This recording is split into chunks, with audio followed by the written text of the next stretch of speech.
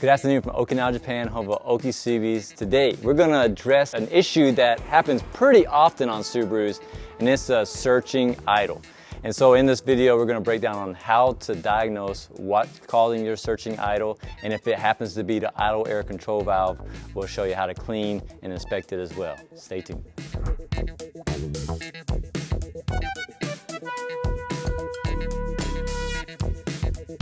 So let's say that you go on a trip and you're gone for 2 to 3 weeks, but you don't leave the keys to your car to anybody because you don't trust them, right? So you come back, you go to start the car for the first time, it's a high idle. And normally when it idles up to around 1500 RPMs, after the ECU senses a certain coolant temperature, it'll bring the idle down to normal, around 800 RPMs, right? But let's just say for this example, the idle doesn't drop, and you rev it, and it goes high and slowly comes back down to 1500, and it stays there for a period of time. And then eventually it does drop, but the check engine light comes on, and then it starts surging. So this is caused by your idle air control valve. So let's look at a couple different examples of what your idle air control valve could look like.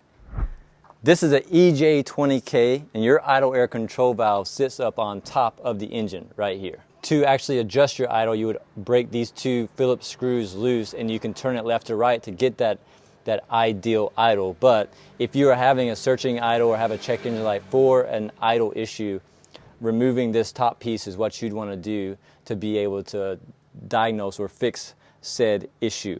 So over here, this is a EJ207, the version 6 207, and your idle air control valve sits right on top of the throttle body right here. And so it's a lot more simple than the other setup. It's still two Phillips screws, but you don't have the coolant side and you don't have the air side. Next up, we have the EJ205, EJ207s from like version 7 and on, right? So the 2000 model WRX in Japan, even the STIs, they came with 205, 207s, and they have still fly-by-wire, variable cam timing, but their idle air control valve looks different. It looks like this. Here we are.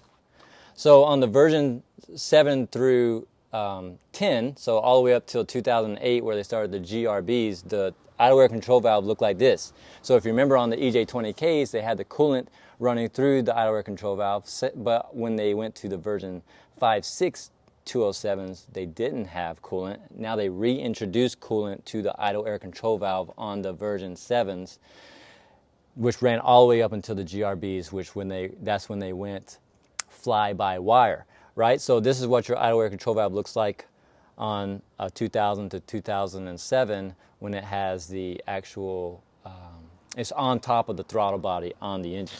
But let's say you have a 2008, it is fly-by-wire, it's no longer cable-driven throttle body, and you'll have nothing. What we're going to talk about today is the simple common man style idle air control valves, how to remove them and to take care of them.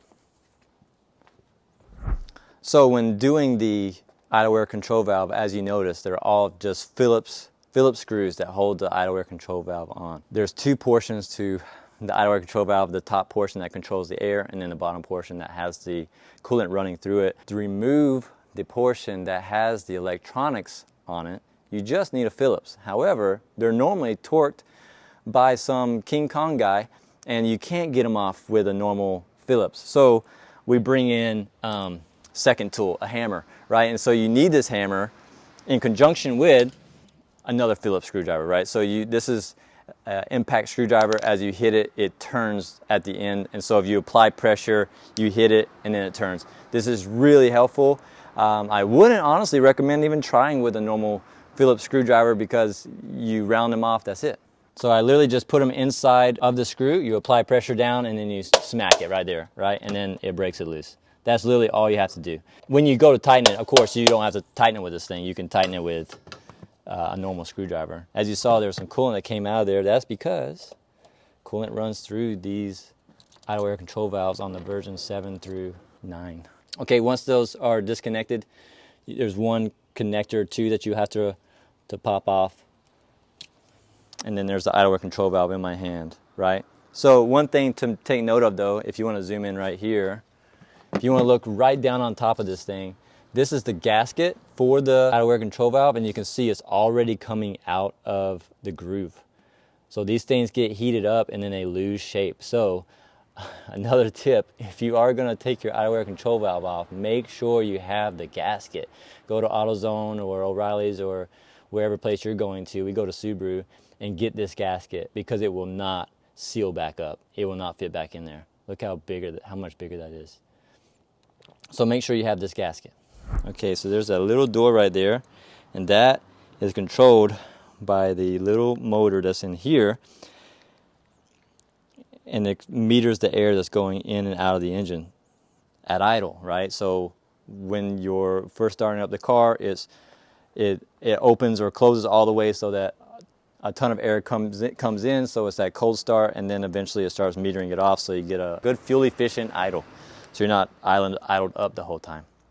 Now, because this is a good working idle air control valve, normally if they are seized up and they don't bounce back like this one does, we would take some brake cleaner, carb cleaner, and spray in there and kind of scrub around to kind of get it loosened up. And then we use some WD-40 or some silicone spray to make sure it's moving freely. However, if you take this off and the door is moving freely, 9 times out of 10 is actually the motor that's bad, this little electronic portion. You can order these off of Amazon. We've never had a really, like 90% of the time the Amazon ones work.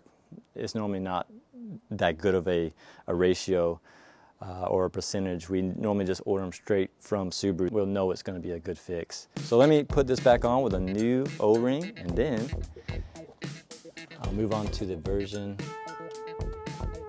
6.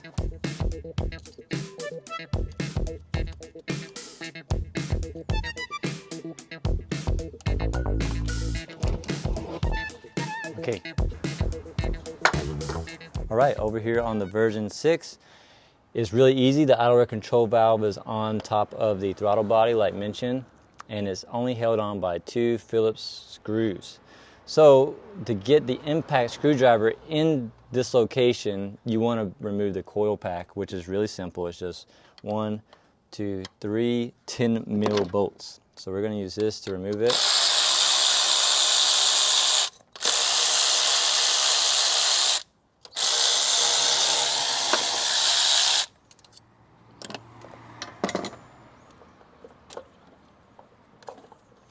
So with that out of the way, we can get a proper screwdriver in there, right, to remove these things. There you go. So mama, like that. Second one. Okay, now they're loose. Take that Phillips screwdriver and back them out.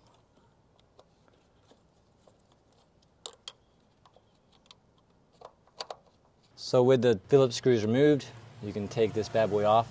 And it's got the same connector, right? Same as the other ones. They're always going to have electrical portion to it, so the motor, and then the portion that goes into the actual stream of air that meters the air. This one's looking pretty good. The carbon buildup is very minimal. This one also has a good idle, so nothing to really adjust here. If we were going to be cleaning it, carb cleaner, brake clean, and then retest for operation. Okay, on the 20K, this is probably what most of you guys and girls will have in the States, because they ran all the way up till 1998. Going back to this, 1998 was the 20K. Then 99, 2000 was the EJ205, the version 5 and 6 207s. So with this setup, there's 2 parts to it. So we're going to be removing the motor side, and then the bottom side that has like the coolant and everything running to it. If you needed to remove that portion, you have to remove the intercooler, still 3 bolts to take it off, 10 mils to inspect that portion. But easy enough, this setup. And if you notice too, it has these notches in it for adjustment. And because this one idles pretty good, I'm going to put it back exactly where it was.